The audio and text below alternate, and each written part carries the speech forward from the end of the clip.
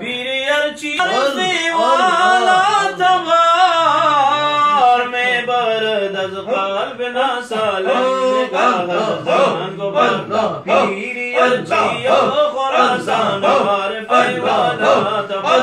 پیر ارچی خراسان بار پیوالا تبر میں برد از قلب ناسالم نگاه زمان گبر میں برد از قلب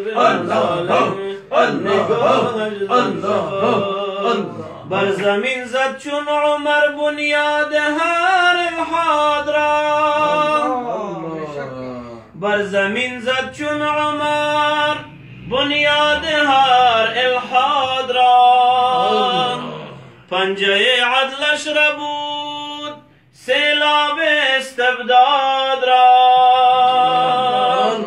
پنجه عدلش را بود سیلاب استبداد را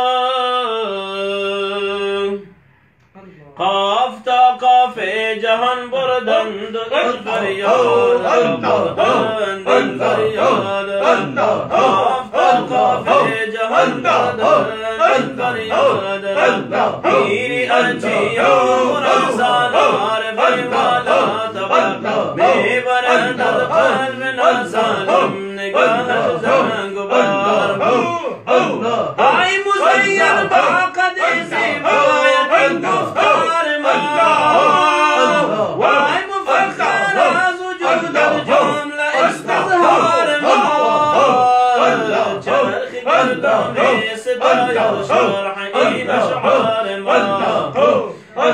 چرخ گردان صدای شرح این اشعار ما حاش لله دار زمین گفت و اظهار ما پیر ارچی و خراسان عارف والا تبر می برد از قلب ناسالم نگاه زمان گبر گرچه بلخی گشت گمنام لیک یاران شماست در ضمیرشان چی دارد همز باران شماست در ضمیرشان چی دارد همز باران شماست